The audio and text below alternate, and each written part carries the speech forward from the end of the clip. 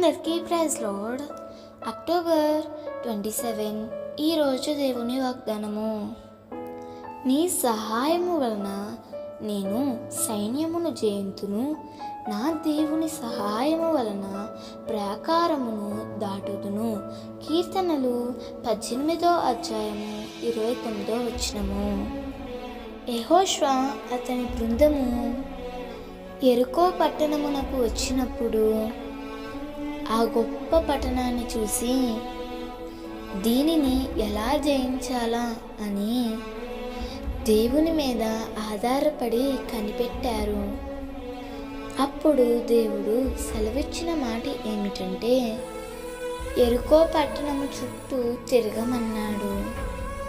దేవుని మాటకు విధేయత చూపించిన యెహోషువ అలాగే తిరిగినప్పుడు ఆ పెద్ద ప్రాకారాలు కూలిపోయాయి.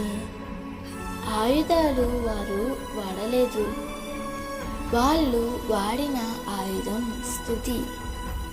ప్రియమిత్రమా, నీ జీవితంలో కూడా యెరికో వంటి పెద్ద పెద్ద సమస్యలు ఉన్నాయా? గొప్ప వాటిని పొందుకోవాలని ఆశపడుతున్నావా? అయితే దేవుని మీద ఆధారపడు. దేవుని కొరకు కనిపెట్టుకో. దేవుడు సెలవిచ్చిన ప్రకారము నడువు. ఆలస్యమైన దేవుడు తప్పకుండా జయమిస్తాడు. నీ ఎదుట ఉన్న వాటిని చూసి భయపడవద్దు. ప్రభువు నీతో ఉన్నాడని ధైర్యంగా సాగిపో. తప్పకుండా నీకు సహాయం చేస్తాడు. గొప్ప విజయాన్ని నీ జీవితంలో చూస్తావు.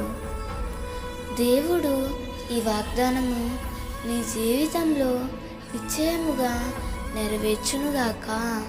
ఆమేన్.